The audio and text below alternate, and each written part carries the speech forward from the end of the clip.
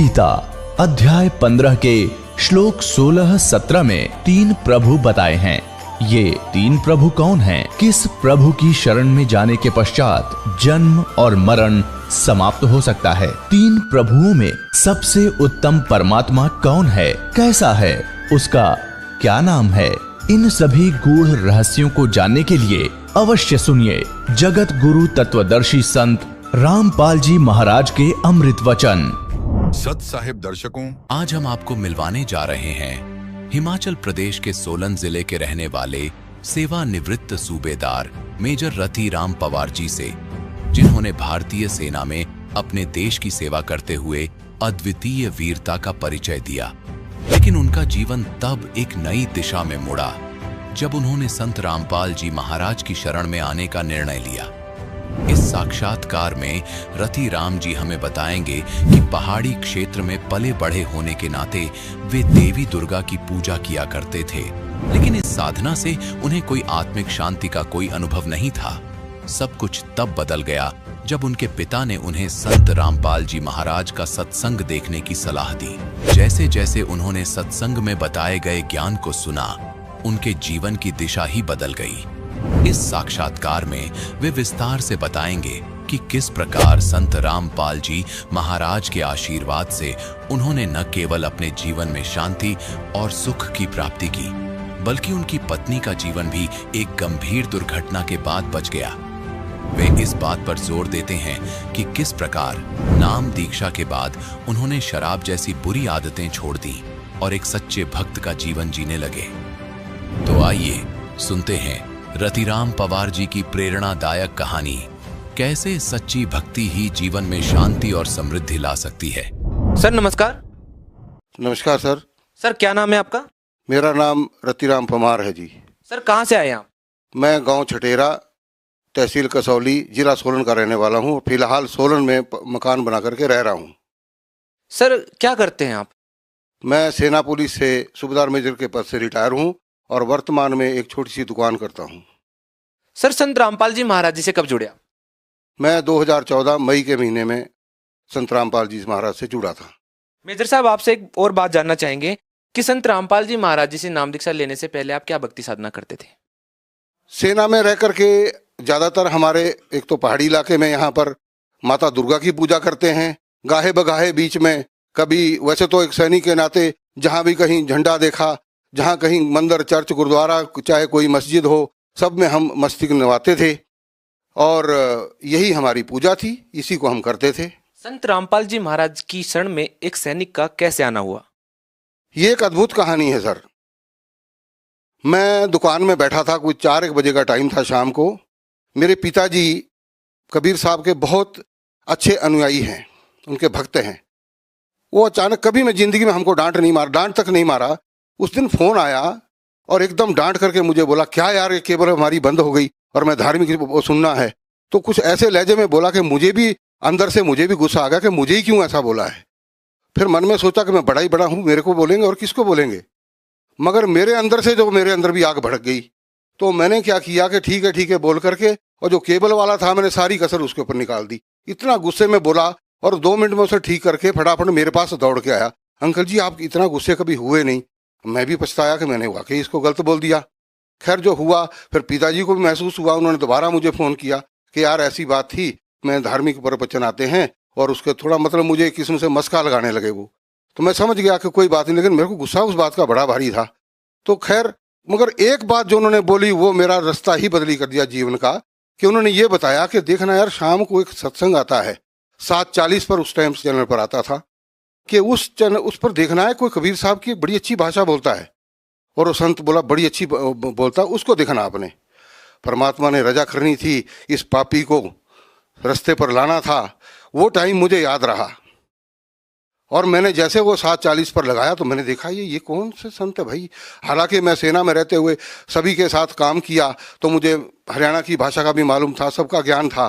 तो मैं बोला ये तो हरियाणा के हैं, लेकिन जिस टाइम वो बता रहे थे तो मेरी एकदम मुझे हिट सा हुआ कि ये ज्ञान तो हमने आज दिन तक कभी हमें बताया ही नहीं किसी ने, और जो हमने भी देखा लेकिन कभी गौर नहीं किया। मतलब उसमें मुझे रुचि पड़ी। सर क्या पहली बार जब आपने संत रामपाल के प्रवचन सुने तो पहली बार तो कुछ ना कुछ तो मन में आया होगा, क्योंकि हमने काफी सारे अनुयायियों से जब इस बारे में पूछा तो काफी सारे लोगों ने ये बताया कि हाँ, शुरू में जब संत रामपाल जी महाराज का सत्संग सुनते हैं तो वास्तव में ही बड़ा अजीब लगता है। नहीं, अजीब तो लगा लेकिन गुस्सा नहीं आया। ये परमात्मा की रजा समझिए आप, मुझे कोई गुस्सा नहीं आया। हाँ, इतना जरूर हुआ कि मेरा एक रूटीन बना। अब मैं क्या बोलूँ, मुझे बताते हुए शर्म आती है कि 7:40 पर वो चैनल शुरू होना, मैंने पक्का लगाना, डेली देखना दुकान में। और मैं क्या बताऊँ, मुझे बड़ी शर्म आती है बोलते हुए कि उसी टाइम पर मैं शराब पी शुरू कर देता था। और वो मेरा ये रूटीन मुझे मालूम नहीं कि वो शायद 1 साल चला या कितना चला, लेकिन मैंने एक भी मिस नहीं की वो सत्संग। और वो मेरा था 1 घंटे में, जब वो ख़त्म मेरा भी बंद इधर से प्रोग्राम। तो ऐसे ही एक किस्म, आपको पता है शराबी कैसा होता है। लेकिन दिल में एक लहर ऐसी उठती गई और अंत में ऐसा अटैक हुआ मेरे ऊपर कि एक दिन मेरे मन में आया, बस इनफ, नहीं तो अब ख़त्म है तेरा काम। ऐसी अंदर से लहर उठी। मैंने उसी टाइम रात को, पता नहीं कितनी पिरक थी मुझे मालूम नहीं, लेकिन जब सुबह मैं सोया रहता था, सुबह मैं सबसे पहले उठ करके बैठ गया और जैसे पिताजी सामने आए, मैंने सीधा उनसे जब पूछा, पहला शब्द यही था, मैं कहा पिताजी आप नीचे बरवाला कब जाएंगे? तो मुझे ऐसे लगा कि मेरे मुंह से मुझे इतनी बदबू लगी, अरे बाप रे बाप, मैंने शराब इतनी बुरी तरह, उससे पहले कभी मेरे को बदबू नहीं आई, उस दिन लगी। बोला, मेरी तरफ देखा, पिताजी ने बोला अभी 10-15 दिन में जाएंगे। मैं कहा ठीक है जी, मैं भी जाऊंगा। भक्त में मेरी मिसेज भी आकर के खड़ी हो गई, तो मैंने बोला जी आपने भी चलना है। तो उसको एक बार मेरे जब फौज में मैंने फैमिली साथ रखी थी तो अलवर में, राजस्थान में, वहाँ उसको हीट स्ट्रोक हो गया था, तो वो डरती थी गर्मी से, उसके मुंह से निकल गया ना। और मेरे मन में फिर वो भाई परमात्मा, आपके पास तो मैं आना चाहता था विद फैमिली और आपने मुझे रुकावट डाल दी, ये क्या हुआ? चलो आपकी इच्छा है। जब जाने का टाइम हुआ, 1 दिन पहले ही मिसिस को मैंने बोला भी जो सामान थोड़ा बहुत डालना डाल दे। पिताजी बोले वहाँ कुछ नहीं डालने की जरूरत है, वहाँ सब कुछ मिलता है। मैं कहा तेल साबुन तो डाल ले। बोला वहाँ सब मिलता है, तेल साबुन भी लेना तो पेस्ट ले लो और आपका ये क्या बोलते हैं ब्रश ले लो, बाकी सब वहाँ मिलता है। मैं कहा अच्छी बात है। तो मिसिस क्या बोले, मैं भी चलूँ? परमात्मा, कितनी खुशी हुई मुझे उस टाइम पर, मैं गदगद हो गया। परमात्मा ने इतनी इजाजत दी मेरे को और हम दोनों गए, हमने वहाँ जाके नाम लिया। ये है परमात्मा की दया। मेजर साहब, बहुत से लोग ये बोलते हैं जो संत रामपाल जी महाराज से जुड़े हुए हैं, वो कहते हैं कि संत रामपाल जी महाराज से नाम दीक्षा लेने के बाद उनको बहुत सारे लाभ हो रहे हैं, लेकिन ये अपने आप में हैरान करने वाली बात है कि केवल मंत्रों के जाप से अपने अनुयायियों को लाभ कैसे दे सकता है, जबकि आज साइंस का जमाना है।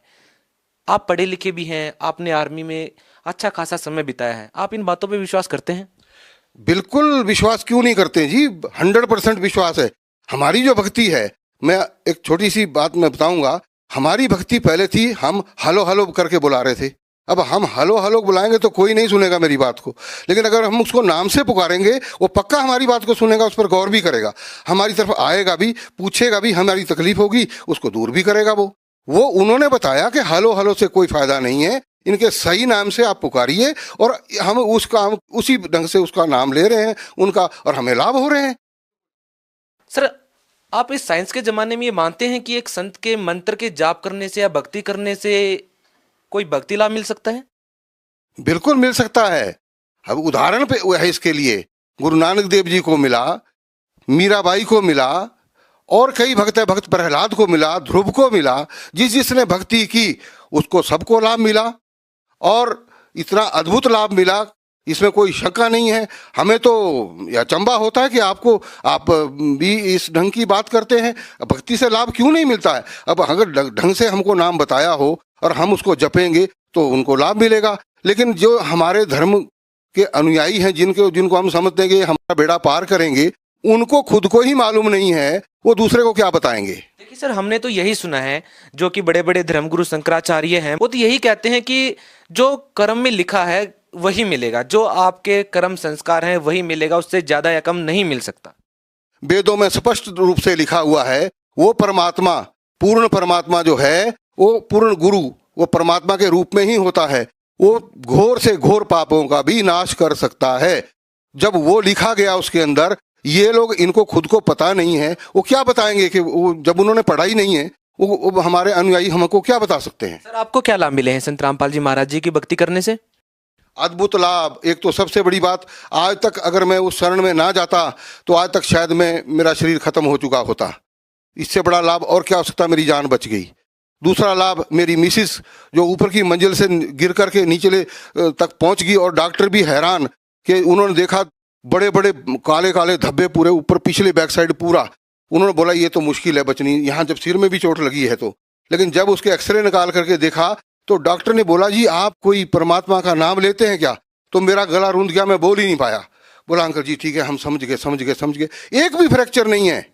ऊपर की मंजिल से गिरना और इतना भारी शरीर और वो सीढ़ियों से लुढ़कता हुआ जाए और बच जाए, कुछ भी नहीं हुआ। तो ये लाभ नहीं तो और क्या है। सर फिर भी लोग कहते हैं कि एक श्रद्धालु को तो रूहानी लाभ की ही इच्छा रखनी चाहिए, ये संसारिक लाभ, ये भौतिक लाभ, ये सब तो आनी जानी चीजें हैं। अगर हमारा शरीर ही बीमार है तो हम भक्ति कैसे कर सकते हैं?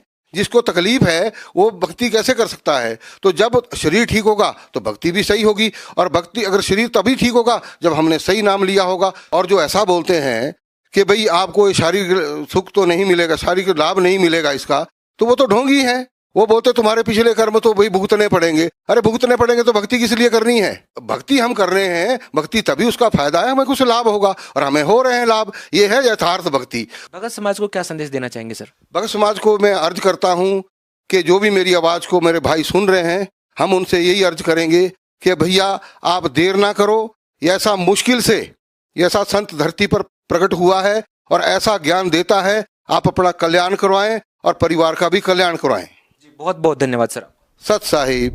दर्शकों, अभी आपने सुने संत रामपाल जी महाराज से दीक्षा प्राप्त करके सुखी हुए भक्त के अनुभव। अब देखिए जगत गुरु तत्वदर्शी संत रामपाल जी महाराज के मंगल प्रवचन। परम पिता परमात्मा पूर्ण ब्रह्म सर्व सृष्टि के रचनहार कुल मालिक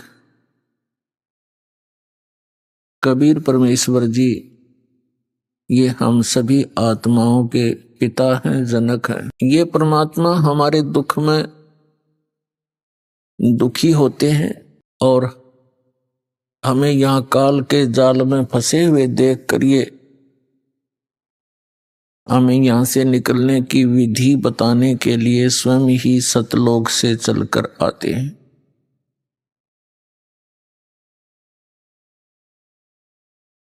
पुण्यात्माओं, सौभाग्य आपका, आप जी को ऐसे समय में मनुष्य जन्म प्राप्त हुआ है जो समय परमात्मा ने पूर्व निर्धारित किया हुआ था कि कलयुग के इस समय में परमात्मा अपना अध्यात्म ज्ञान पूरे विश्व में फैलाएगा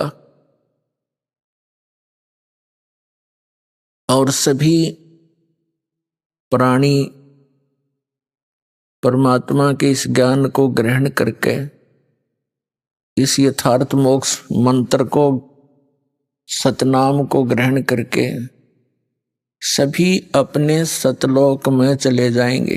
अपने आत्माओं, जैसे आप जी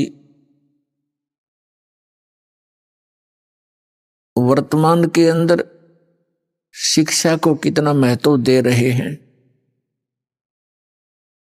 उस अक्षर ज्ञान का, उस शिक्षा का उद्देश्य क्या होता है कि बच्चा अच्छी शिक्षा ग्रहण करके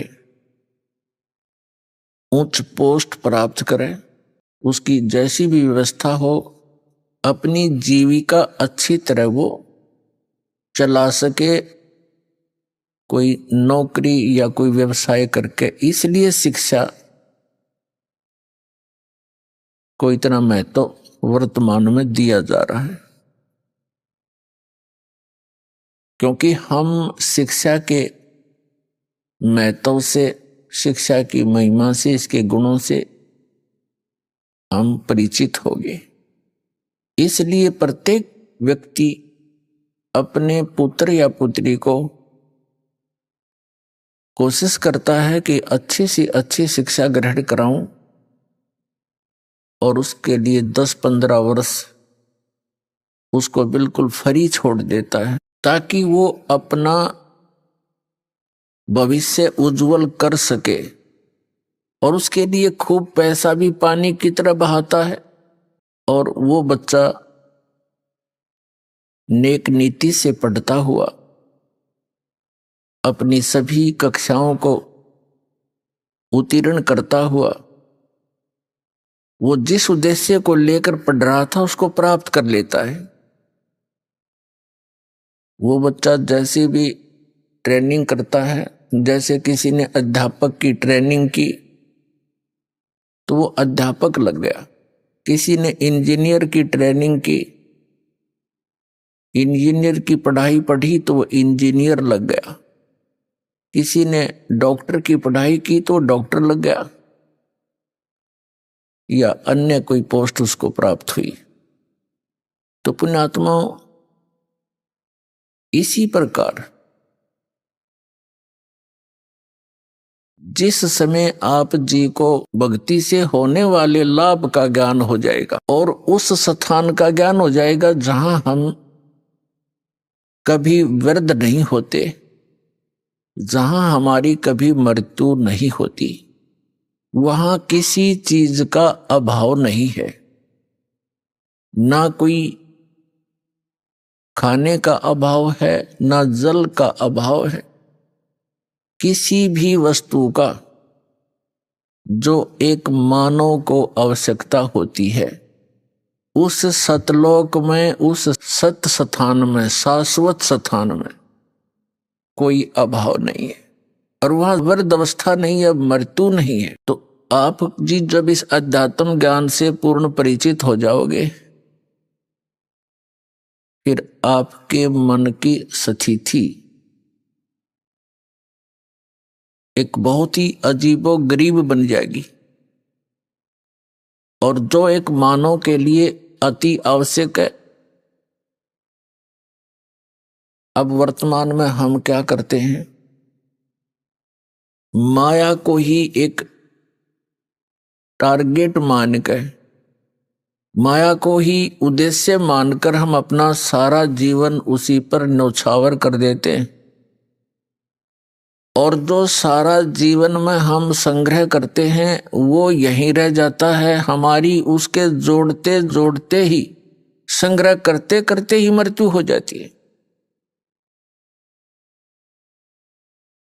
तो फिर हमारे साथ क्या जाता है, हमारे साथ जाते हैं वो पाप जो सारा जीवन इस भौतिक सुख की प्राप्ति के लिए हमने प्रयत्न किया, उस प्रयत्न में जो हमारे पाप हुए वो हमारे साथ चले जाते।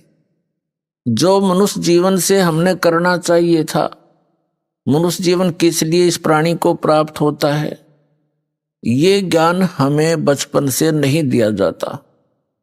हमारे को बचपन से अपने समाज से सिर्फ इतना ही ज्ञान प्राप्त होता है कि बड़ा हो जाएगा, विवाह कर दिया जाएगा, संतान हो जाएगी, संतान की परवरिश कीजिए, और फिर बस फिर मर जाइए। सारा जीवन उन्हीं की परवरिश में, अपने पेट पोषण में ही अपना जीवन व्यर्थ कर जाते हैं। जब हम सत्संग में आते हैं, सत्संग के अंदर परमात्मा का दिया हुआ ज्ञान बताया जाता है, और वो ज्ञान होता है। अन्य ज्ञान जो होता है वो एक परंपरा होती है और कुछ मजबूरी होती है। परंपरा कौन सी होती है, मजबूरी कौन सी होती है? मजबूरी तो हमारी ये है कि हमें शरीर ऐसा मिला है, इसमें दोनों टाइम, दो वक्त, यदि हम इसमें कुछ डाल देंगे आहार तो ये काम करेगा, नहीं तो एक हफ्ते के अंदर ये समाप्त हो जाता है, ज्यादा से ज्यादा 10 दिन पकड़ेगा। तो ये हमारी मजबूरी है कि इसको सुरक्षित रखने के लिए जो भी आवश्यक वस्तुएं हैं वो उपलब्ध कराना हमारे मजबूरी है और आवश्यकता है। और जो परंपराएं हमने व्यर्थ की बना रखी हैं, वो परंपराएं हैं, वो यूजलेस ज्ञान है। अब परमात्मा ने आकर के हमें ये जानकारी दी है कि तुम जहां रह रहे हो ये लोक काल का लोक है, लेकिन हमारे को इस काल भगवान ने इतना अज्ञानी बना रखा है, हम परमात्मा के अध्यात्म ज्ञान से बिल्कुल अपरिचित कर दिए। कौन है भगवान, कैसा है परमात्मा, कहाँ रहता है वो भगवान, और उस परमात्मा के गुण तो कुछ हमें मिलते जुलते से सुनाए जाते हैं। भगवान ये कर देता है, अंधे को आंख देता है, निर्धन को माया देता है, कोढ़ी को काया देता है। परमात्मा के गुण तो बहुत कुछ मिलते जुलते बता दिए, लेकिन परमात्मा कौन है, कैसा है, कहाँ रहता है, और जो परमात्मा इतना सुखदायी है उससे वो लाभ प्राप्त कैसे होता है, ये ज्ञान विपरीत दे रखा है हमारे को। तो इस अध्यात्म ज्ञान को ठीक से बताने के लिए स्वयं परमात्मा आते, यह विधान है उस भगवान का। तो प्रसंग तो चला है पुण्यात्माओं के, आप जी जिसमें अध्यात्म ज्ञान से पूर्ण रूप से परिचित हो जाओगे और सभी कर्मों से परिचित हो जाओगे, तो उस समय केवल आप यहां से इस महान दुख से जरा और मरण से ही छूटने का प्रयत्न करोगे। जरा बिन वृद्ध अवस्था का कष्ट, वृद्ध अवस्था इस जीव मनुष्य जीव के लिए, वैसे तो सभी जीवों के लिए कहर है, अन्य को तो इतनी सोधी नहीं, वो तो किसी तरह भुगत भागत कर मरो, लेकिन मानुष जीवन को इतनी चेतना है, इतना ज्ञान है कि कोई वृद्ध अवस्था प्राप्त प्राणी, उसको कितने कष्ट होते हैं वो अनुभव कर सकता है दूसरा, और स्वयं भी वो महसूस करता है। तो इस कहर से बचने के लिए, और फिर मृत्यु, आज आप अपने परिवार में कितने खुश हैं, चाहे कितने दुखी हो, फिर भी यही चाहते हो जीवन बना रहे, मरे नहीं, और मृत्यु डेफिनेट। तो ये भूल क्यों लगी है अपने? हमें पता है कि कोई रह नहीं और कभी भी मर सकते हैं, और फिर भी हम इतना जोर नहीं देते इस बात के ऊपर। ऐसी दशा किसकी होती है? जिसने कुछ नशा कर रखा हो, उसको डर सा नहीं लगता, एक बार थोड़ी सी देर हिचकता है, फिर वो उसी स्पीड से वही क्रियाएं करता है। तो इस काल भगवान ने अपने को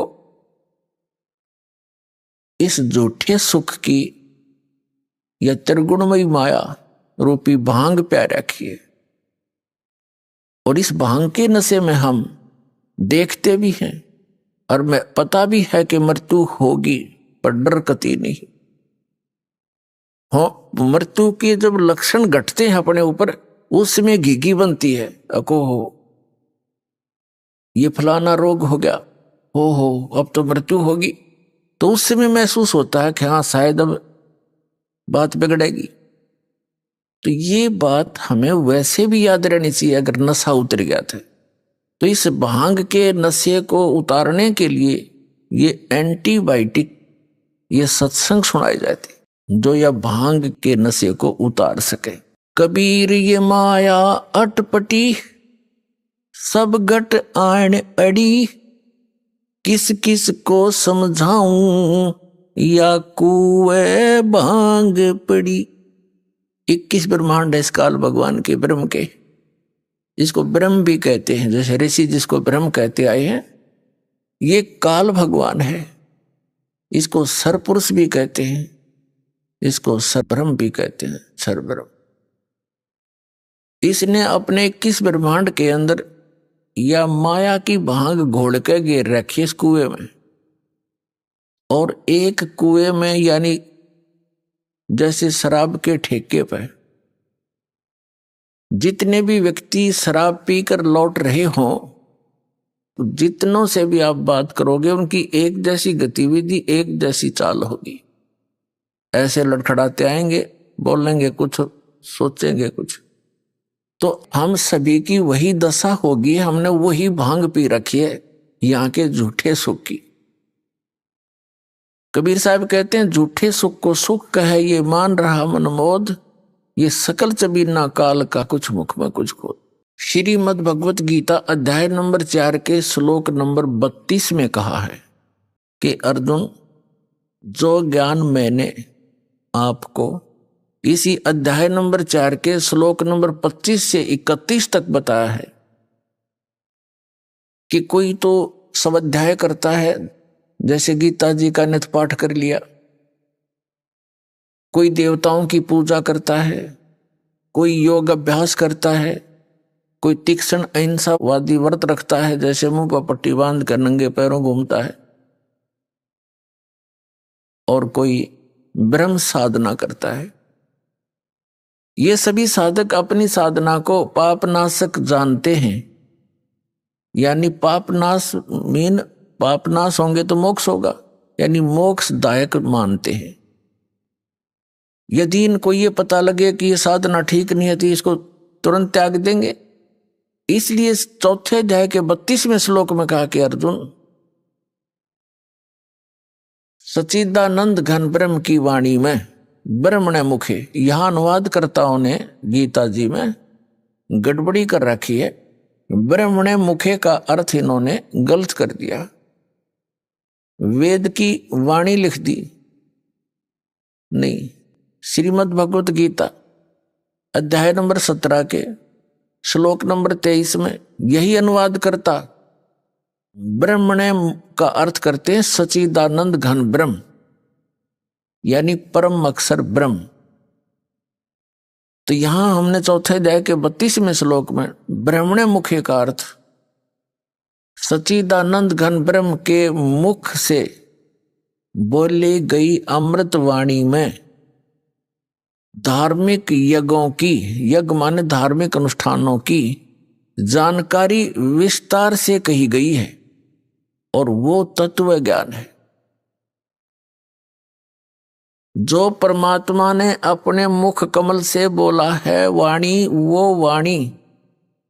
वो तत्व ज्ञान है, उसमें यथार्थ ज्ञान है। चौथे अध्याय के 34वें श्लोक में कहा कि उस तत्व ज्ञान को जो सच्चिदानंद घन ब्रह्म ने अपने मुख कमल से बोला है, यहां अवतरित होकर यहां आकर के, उस ज्ञान को तू तत्वदर्शी संतों के पास जाकर समझ, उनको दंडवत प्रणाम करने से, विनम्र भाव से, कपट छोड़ के नम्रता पूर्वक, सरलता पूर्वक प्रसन्न करने से वे तत्वदर्शी संत तुझे तत्व ज्ञान का उपदेश करेंगे।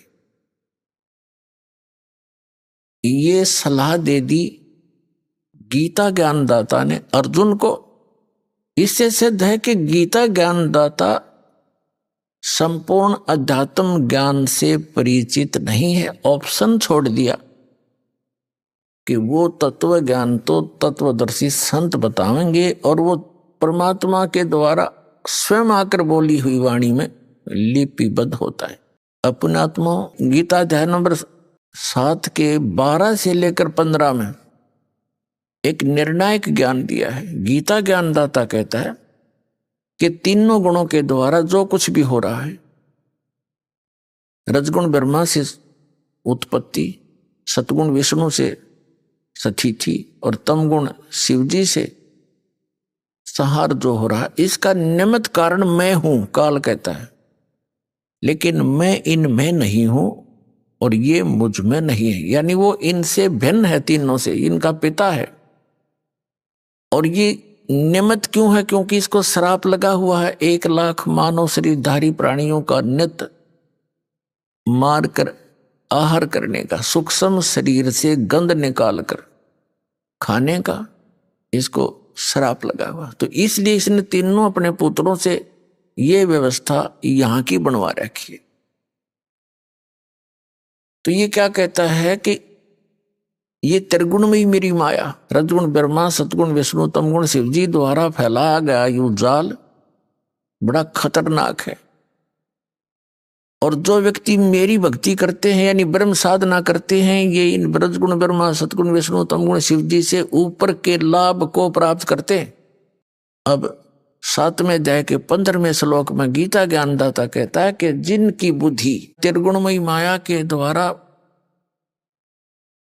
हरी जा चुकी है, यानी जो श्री ब्रह्मा श्री विष्णु श्री शिव जी की भक्ति से आगे सोचते ही नहीं,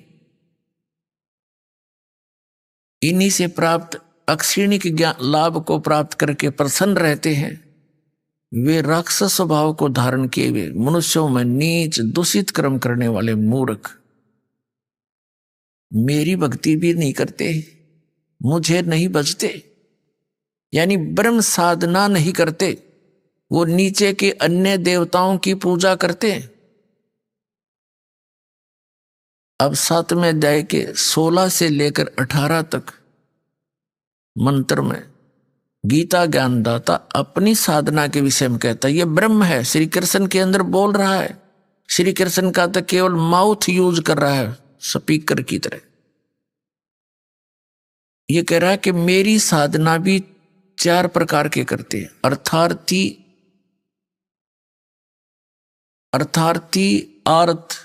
अर्थ माने संकट निवारण के लिए, अर्थार्थी जो धन लाभ के लिए, और जिज्ञासु तथा ज्ञानी, ये 4 प्रकार के करते हैं। इनमें से तीनों को स्वयं रिजेक्ट करता है, आर्त, अर्थार्थी और जिज्ञासु को। कहते हैं जैसे आर्त क्या है, कोई संकट आ गया शरीर पे या घर पे, उसके निवारण के लिए वो वेद मंत्रों का ही सहारा लेते हैं, अन्य कोई अनुष्ठान किसी अन्य धार्मिक पुस्तक से नहीं करते, वो ब्रह्म उपासक कहलाते। ऐसे ही धन लाभ के लिए धार्मिक अनुष्ठान के लिए वो वेद मंत्रों का ही सहयोग लेते हैं और किसी पुस्तक का वो सहारा नहीं लेते, वो ब्रह्म उपासक है। और जिज्ञासु होता जो घर से निकला परमात्मा पाने के लिए, जैसे उनको संत गुरु मिले, उनसे ग्रहण ज्ञान को स्वयं वक्ता बन गया उसको ग्रहण करके, तो वक्ता बन जाना भी इस जीव का अपना जीवन हानि है। तो इन तीनों को रिजेक्ट कर दिया। चौथा बताया है ज्ञानी। ज्ञानी का वो अर्थ है जिसको ये पता लग गया कि मनुष्य जीवन केवल मोक्ष के लिए ही प्राप्त हुआ है, अन्यथा ये अन्य प्राणियों के जीवन हम देख ही रहे हैं कितने कष्ट में है। परमात्मा ने मनुष्य जीवन दिया है, इसमें कितनी सद्बुद्धि दी है, समय पर खाना खा सकते हैं हम, अपनी शरीर की रक्षा के लिए अपने वस्त्र पहन सकते हैं, प्राकृतिक आपदाओं से बचने के लिए गर्मी सर्दी से हम झोंपड़ी डाल सकते हैं, मकान बना सकते हैं। लेकिन इन सब की ये इतनी बुद्धि देने का उद्देश्य क्या था मालिक का, कि तुम भगवान भी बन सकते हो, अपना कल्याण भी करा सकते हो। अन्यथा एक योनि और बना देता जहां 84 लाख बना रखी। तो पुण्यात्मा गहनता से सोचो इन बातों को। ये बातें कहने सुन की नहीं, ये कर पाड़ने की है। अब चौथा जो ज्ञानी है उसके विषय में कहता है, ज्ञानी मुझे अच्छा लगता है। और ज्ञानी को मैं अच्छा लगता हूं क्योंकि ज्ञानी व्यक्ति, बुद्धिमान व्यक्ति को पता लग गया कि मनुष्य जीवन बार बार नहीं मिलेगा, और इससे हमने अपना आत्म कल्याण करवाना है। आत्म कल्याण का अर्थ क्या है, यानी आत्मा का सदा के लिए, आत्मा को सदा के लिए सुख हो जा। अब सदा से के लिए सुख होगा जब इसकी जन्म और मृत्यु का यो दीर्घ रोग मिटे, जरा और मरण का यो कष्ट मिटे। और ये कहां मिटे, ये समाप्त होगा सतलोक में, जहां वृद्ध अवस्था नहीं होती, सदा युवा शरीर रहता है और मृत्यु नहीं होती। और ऐसा ही संसार है जैसा यहां पर है, वहां आपका परिवार होगा, जैसे यहां जुड़ते जुड़ते जुड़ गया पूरा परिवार। और ये आपका है नहीं, कब कल मृत्यु हो जाए आपकी, आपका कहां है ये तो भूल भुलैया कर रखी इस काल भगवान ने आपको यहां बांधे रखने के लिए। इन एक दूसरे में ममता मोह फंसा दिया और इसी झूठे सुख में हमें फंसाकर अपना उल्लू सीधा कर रहा है। अब जो प्रश्न चल रहा है कि अब मनुष्य जीवन की प्राप्ति केवल आत्म कल्याण के लिए हमें हुई है। वो आत्म कल्याण होगा जब जन्म मृत्यु जरा मरण कति खत्म हो जाएगा, वो होगा सतलोक के अंदर। अपने आत्माओं, गीता जी अध्याय नंबर 7 के श्लोक नंबर 18 में कहा है गीता ज्ञानदाता ने कि ये ज्ञानी आत्मा है तो उदार, उदार माने अच्छी है, नेक आत्मा है, लेकिन इनको तत्वदर्शी संत ना मिलने के कारण ये मेरे वाली अनुत्तम अर्थात यूजलेस इस घटिया गति में ही सचित रहे। अब यहां गीता ज्ञानदाता अपने से मिलने वाली यानी ब्रह्म साधना से होने वाली गति अर्थात मोक्ष को भी अनुत्तम बता रहा है। अनुत्तम माने व्यर्थ, घटिया, क्योंकि जन्म मृत्यु नहीं समाप्त हो सकती। जैसे गीता अध्याय नंबर 2 के श्लोक 12 में, गीता अध्याय नंबर 10 के श्लोक नंबर 2 में गीता ज्ञानदाता कहता, अर्जुन तेरे और मेरे बहुत जन्म हो चुके, तू नहीं जानता मैं जानता।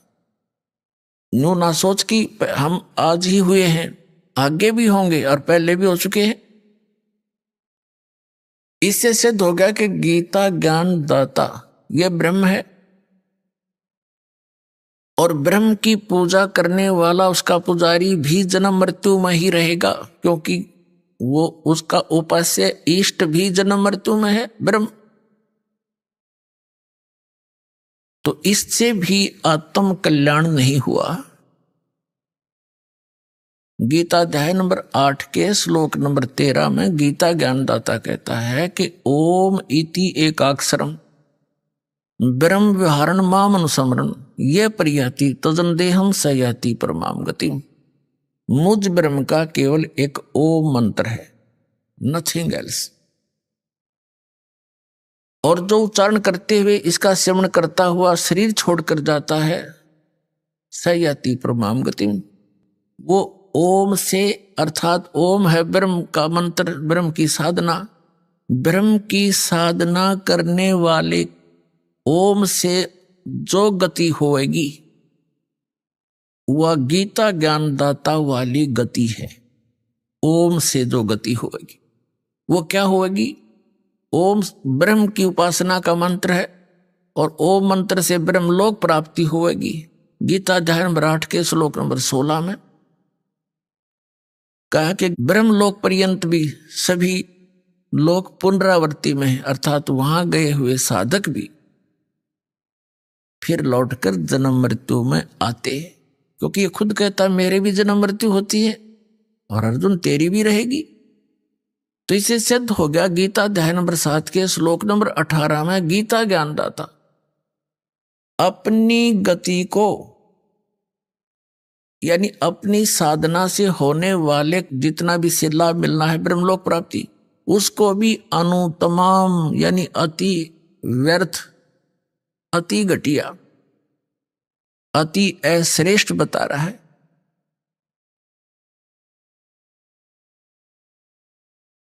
और गीता अध्याय नंबर 7 के श्लोक नंबर 19 में कहा है कि बहुनाम जन्मानाम अन्ते ज्ञानवान माम प्रपतते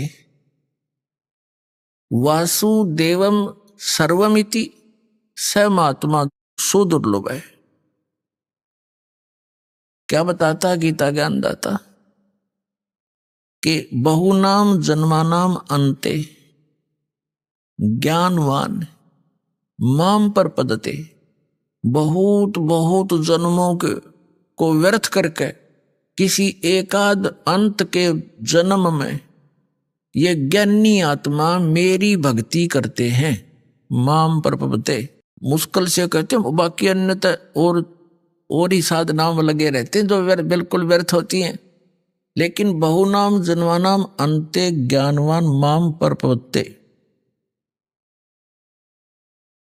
और वासुदेव सर्वमिति स महात्मा सुदुर्लभ है कि बहुत बहुत जन्मों के किसी अंत के जन्म में ज्ञानवान यानी ज्ञानी आत्मा माम परपवत्ते मेरी भक्ति करते हैं। और जो ये बताने वाला महात्मा तो बहुत दुर्लभ है, बड़ी मुश्किल से मिलेगा तुझे।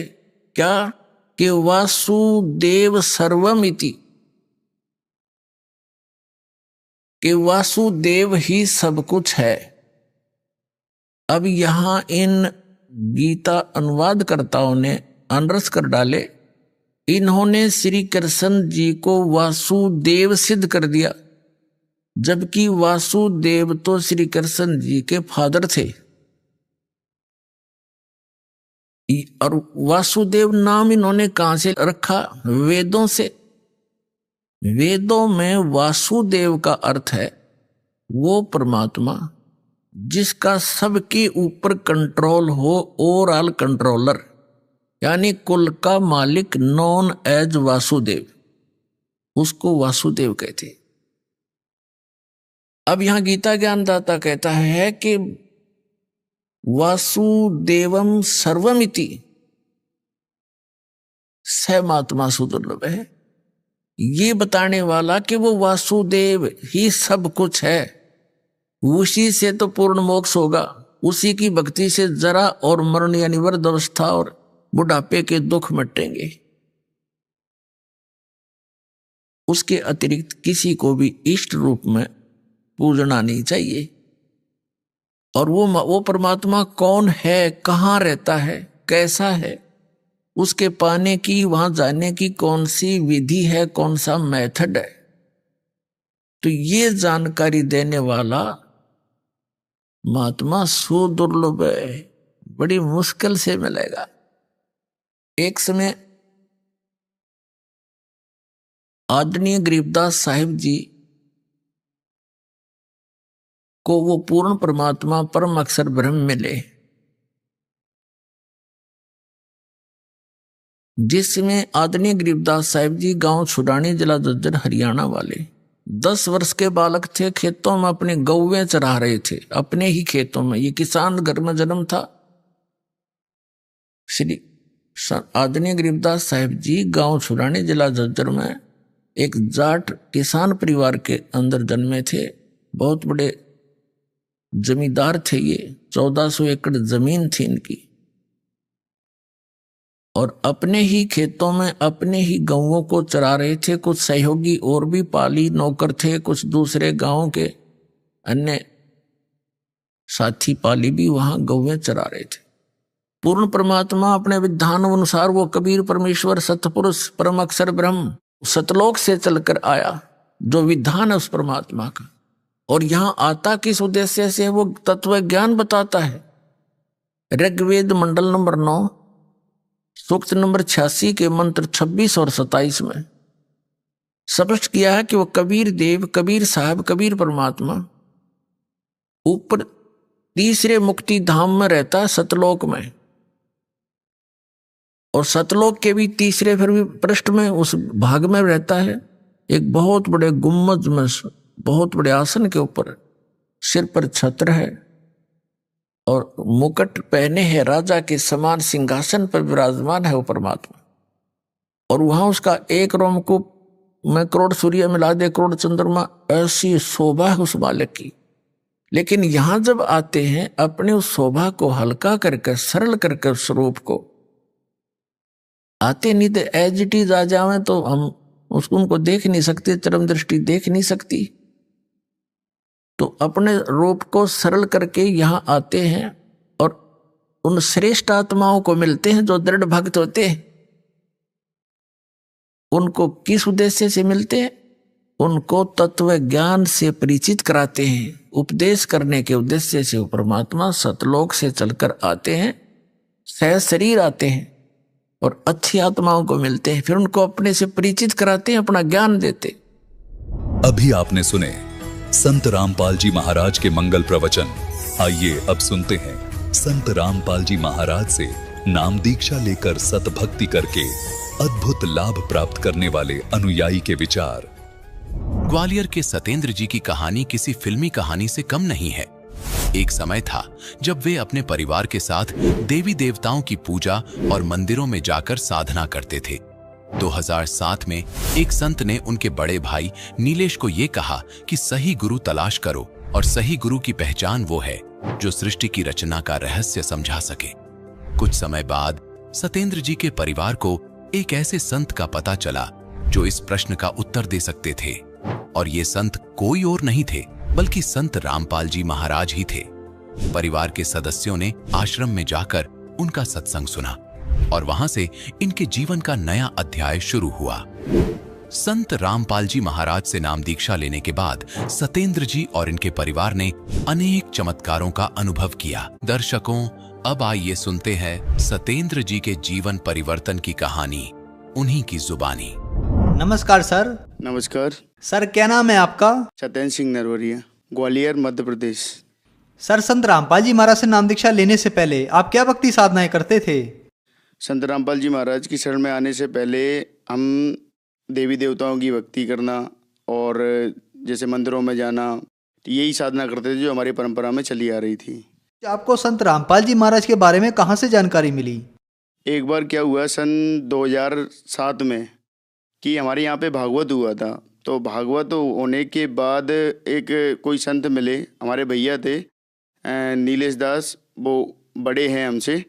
तो उनको जैसे ही वो भागवत का जब भोग पड़ा उसके बाद एक संत मिला, उन्होंने वो सेवा किया करते थे संतों की। तो उन्होंने ये कहा कि हम गुरु उसको बनाएंगे जो ये बताएगा कि ये संसार की उत्पत्ति कैसी हुई है। तो उन्होंने कहा समय आने पर तुझे पता लग जाएगा। और इतना क्या कि वो संत जी चले गए। और फिर उसके बाद क्या हुआ, एक राघवेंद्र सिंह हैं जिन्होंने संत रामपाल जी महाराज से नाम दीक्षा ले रखी है। तो उन्होंने बताया कि जो जिसकी आप तलाश कर रहे हैं कि वो सृष्टि रचना कैसे हुई है, क्या हुई है, तो हमारे साथ चलो आप। मैंने कि कहाँ ले जा रहे हो हमें? तो मैंने कि हम तुम्हें लेके चल रहे हैं हरियाणा हिसार में, कि एक ऐसे संत हैं जो ये सब कुछ बताते हैं। तो वैसे ही उन्होंने परमात्मा की चाह थी पूरे परिवार को। हमारे माता पिता ने बाल योगेश्वर प्रेम रावत हैं जो सतपाल जी महाराज के छोटे भैया हैं, उनसे मम्मी पापा ने नाम ले रखा था। तो यही क्वेश्चन भैया किया करते थे, मैं गुरु बना लूँगा कि आप ये बताओ कि ये सृष्टि रचना कैसे हुई। तो किसी के पास कोई उत्तर नहीं था। तो वो राघवेंद्र दास जी के साथ गए। उसके बाद जब भैया पहुँचे, नहाया धोया, वहाँ सारी व्यवस्थाएँ थीं और संत रामपाल जी महाराज वहाँ सृष्टि रचना बता रहे थे। शास्त्रों के अनुसार जब प्रमाण देखे तो उन्होंने नाम लिया। और ऐसे ही फिर उसके बाद सारा परिवार धीरे धीरे करके 27 दिसंबर 2008 को मैंने नाम प्राप्त किया।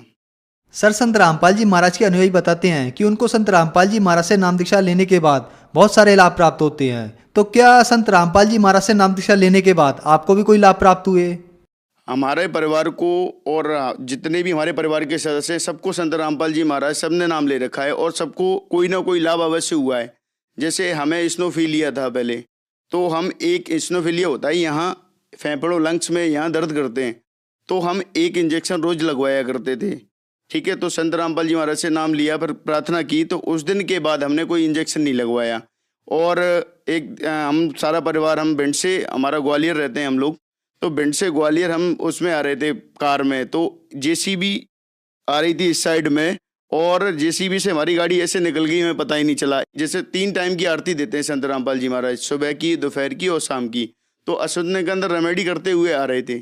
तो इतनी सी जगह में परमात्मा ने गाड़ी निकाल दी, संत रामपाल जी महाराज ने गाड़ी निकाल दी और हम लोग बिल्कुल सेफ बचा दिया। और परमात्मा ने वहाँ हमें ख़त्म हो जाना था। सत्संग में संत रामपाल जी महाराज बताते हैं कि जैसे कोई अगर आने वाले समय में कोई पाप कर्म भारी हो तो उसको हल्का करके टाल देते हैं। ऐसा ही हुआ सन 2008 में हमारे भैया ने नाम लिया। ठीक है, नाम लेने के बाद भक्ति करते रहे। 2011 में कोई पाप कर्म उनका आया तो उनको ब्रेन ट्यूमर हो गया। तो ब्रेन ट्यूमर होने के बाद यहाँ ग्वालियर में दिखाया विद्या हेल्थ इमेजिन पे, तो वहाँ पॉजिटिव पाया। तो फिर विश्वास नहीं हुआ, तो फिर मैंने कहा चलो यहाँ नहीं तो पहले गुरुजी पे चलते हैं। तो जब संत रामपाल जी महाराज पे गए तो वहाँ तो गुरुजी ने से संत रामपाल जी महाराज से प्रार्थना लगाई। संत रामपाल जी महाराज ने बोला कि चेकअप कराओ, तो वहाँ ब्रेन ट्यूमर कैंसर पाया गया। तो फिर बोला कि संत रामपाल जी महाराज से प्रार्थना लगाई कि संत रामपाल जी महाराज बोले कि बेटा ऑपरेशन करा लो, परमात्मा आपके साथ रहेगा। ठीक है, तो फिर आ गए हम लोग। फिर पैसे की व्यवस्था नहीं थी, 6-7 लाख रुपए खर्च होने थे। तो संत रामपाल जी महाराज ने कहा कि जा बेटा तू घर जा, तेरी पैसे की व्यवस्था मिलेगी। ऐसे ही अब जब हमने किसी को बताया नहीं तो रिश्तेदार पैसे लेके आ गए घर पे। ठीक है, जैसे ही पैसे लेके आ गए फिर दिल्ली गए, तो गुरुजी ने तो आदेश दे ही रखा था कि संत रामपाल जी महाराज साथ रहेंगे, संत रामपाल जी महाराज। तो फिर हुआ क्या कि जैसे ही वो ऑपरेशन थिएटर में गए, तैसे ही जैसे मोबाइल रखा होता है तो ऑटोमेटिकली उस मोबाइल से जैसे ही ऑपरेशन थिएटर में अंदर गए, तैसे ही मोबाइल में अपने आप आरती स्टार्ट हो गई। तो हमें विश्वास हुआ कि संत रामपाल जी महाराज आ चुके हैं। फिर ऑपरेशन हुआ, ऑपरेशन सक्सेस हो गया। अब संत रामपाल जी महाराज कहते हैं कि जैसे किसी के मस्तक में सूली होती है तो वो कांटों में टल जाती है। जब भैया हमारे दिल्ली से पारस हॉस्पिटल गुड़गांव में पड़ता है, वहाँ से ऑपरेशन करा के लौटे तो उनकी और ज़्यादा तबीयत खराब हो गई। मेरे भैया की इतनी तबीयत खराब हो गई थी कि उनको यम के दूत दिखने लगे।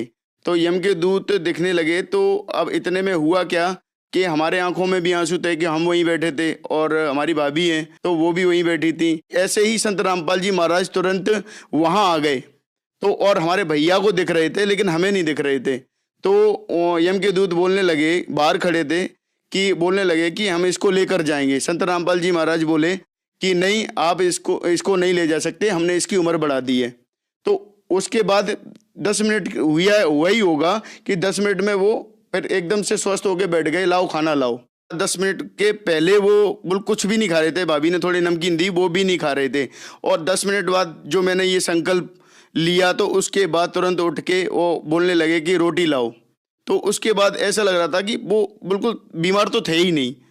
तो ये चमत्कार, ये सबसे बड़ा चमत्कार हमारे यहाँ हुआ।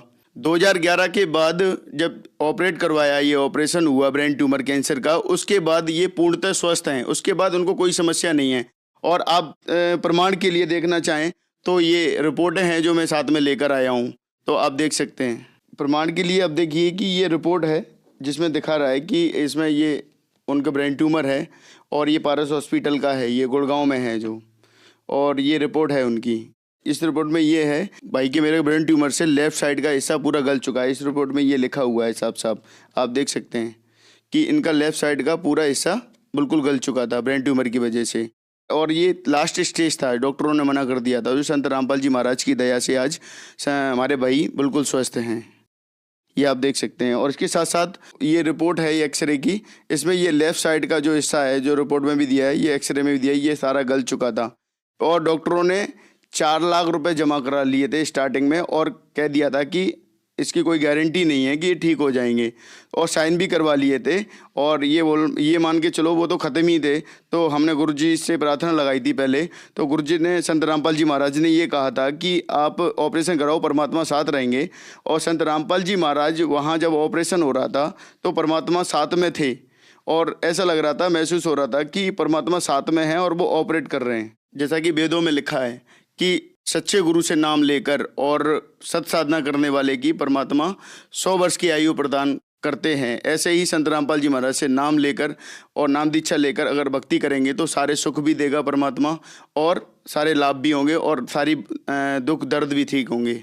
जैसा कि आपने देखा कि हमारे भाई को ब्रेन ट्यूमर हो गया था, ब्रेन का कैंसर हो गया, तो नाम लेकर अगर शरण में नहीं होते तो आज मृत्यु निश्चित थी। ठीक है, तो ये लाभ हमें, विशेष लाभ हमें ये मिला, हमारा घर बर्बाद हो जाता। एक लाभ और बताता हूँ कि हमारे पापा को कैंसर से भी ज़्यादा खतरनाक बीमारी थी, जैसे गैंग्रीन बोलते हैं जिसको।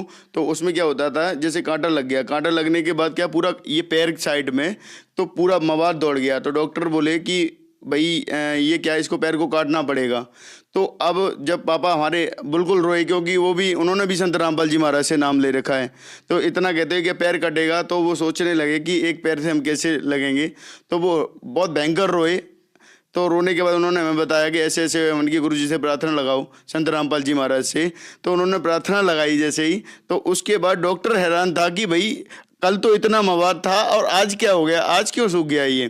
तो बिल्कुल सूख गया वो, और आज तक वो स्वस्थ हैं। एक लाभ और बताते हैं, पापा को वो जा रहे थे बाइक से, तो बाइक से जा रहे थे, एक बच्चा आ गया था छोटा सा, तो उन्होंने एकदम ब्रेक लगाई तो उनकी ये नाक भी फट गई यहाँ से, बिल्कुल बेहोश हो गए। तो और वहाँ परमात्मा ने रक्षा की, तो ये नाक फट गई थी, तो परमात्मा की दया से वहाँ भी कुछ नहीं हुआ। तो बहुत सारे लाभ परमात्मा ने हमें दिए इस सत साधना से। संत रामपाल जी महाराज से जब हमने नाम लिया, नाम लेने से पहले क्या है, हमारे यहाँ दारू का बिजनेस चलता था, तो जब नाम लेने के लिए गए तो संत रामपाल जी महाराज ने पापा से बताया कि आप क्या करते हो, तो उन्होंने बताया कि हम ऐसे ऐसे करते हैं। तो गुरुजी संत रामपाल जी महाराज बोले कि तुम्हें ये छोड़ना पड़ेगा, नहीं तो तुम्हारा पूरा परिवार का नाश हो जाएगा और कोई भी जीवित नहीं रहेगा। तो उसी दिन से पापा ने बिल्कुल ये ठेके वगैरह सब दे दिए और उन्होंने बिल्कुल छोड़ के एक सादा जीवन व्यतीत किया। तो आज वो बात सिद्ध हो जाती, जैसा कि हमारे सामने इतनी सारी कठिनाइयाँ आई, ब्रेन ट्यूमर का ऑपरेशन हुआ, पापा का पैर कटना था और भी एक्सीडेंट होने थे, उसमें हम सब खत्म हो जाने थे। तो आज वो सिद्ध हो जाती, वो संत रामपाल जी महाराज ने हमारे कर्मों से बिल्कुल मेट दी और मेट के बिल्कुल आज हम सुखी जीवन व्यतीत कर रहे हैं और अपनी भगवान की भक्ति कर रहे हैं संत रामपाल जी महाराज से नाम लेकर। पहले जब शराब का हम बिजनेस करते थे, हमारे पापा करते थे, तो उसमें क्या है 2 नंबर का पैसा आता था, तो उसमें उस जो पैसा आता था उसमें कोई सुख शांति नहीं थी। और आज हमने ये सारे धंधे छोड़ रखे हैं, हमारे पापा ने छोड़ रखे हैं, तो आज हम बेशक कम कमाते हैं, लेकिन वो पैसा जो कमाते हैं तो उसको बिल्कुल भी बीमारियों वगैरह इनमें खर्च नहीं करना पड़ता और आराम से जीवन यापन हमारा चल रहा है। जैसे कि पहले हम उससे 2-2 लाख रुपए आते थे, लेकिन फिर भी हमें शांति नहीं थी। क्यों नहीं थी? क्योंकि संत रामपाल जी महाराज बताते हैं कि जब कोई 2 नंबर का धंधा कमाकर अगर पैसा इकट्ठा करता है तो वो पैसा भी नहीं रहता और बीमारियों में लग जाता है और हमारे पाप कर्म बन जाते हैं। जैसे कि हमारे बन रहे थे, हमें पता ही नहीं था। जब हम संत रामपाल जी महाराज ने बताया कि इसको छोड़ दो, तो आज हम नाम लेने के बाद पैसे आते हैं। आज बिल्कुल कोई कमी नहीं दे रखी परमात्मा ने, संत रामपाल जी महाराज ने, लेकिन और फिर भी आज सारे सुख उसी हिसाब से परमात्मा सारे सुख दे रहा है। जबकि पहले हमारे मानसिक टेंशन रहती थी और बीमारियों से कहीं कोई बीमार हो गया, कहीं एक्सीडेंट हो गया, जैसा कि हमने बताया और रिपोर्टों में भी दिखाया।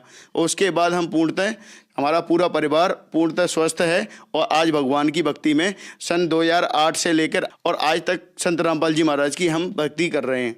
तो जो श्रद्धालु आपको देख रहे हैं, आप उन्हें क्या संदेश देना चाहेंगे?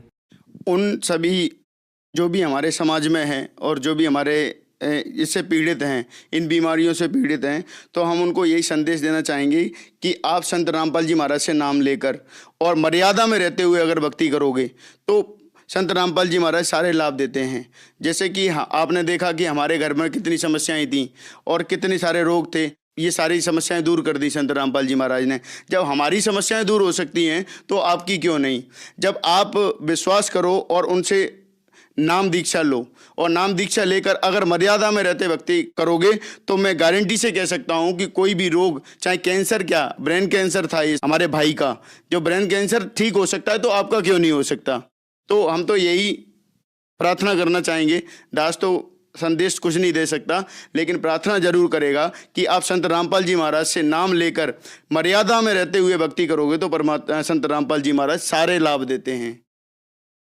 सर, संत रामपाल जी महाराज से नाम दीक्षा कैसे ले सकते हैं? संत रामपाल जी महाराज से नाम दीक्षा, जहां विभिन्न जिलों में नामदान सेंटर हैं, कई चैनल आते हैं, उन पर संत रामपाल जी महाराज के नंबर चलते हैं, कॉन्टैक्ट नंबर चलते हैं। आप जिस जगह पे हो, जिस स्थान पे हो, वहाँ के कॉन्टैक्ट नंबर लेकर उन पे फ़ोन करके वहाँ के नज़दीकी नामदान स्थल को पता करके और वहाँ से आप नाम लेकर और फिर मर्यादा में रहते भक्ति करेंगे तो सारा लाभ देंगे संत रामपाल जी महाराज। धन्यवाद सर। धन्यवाद।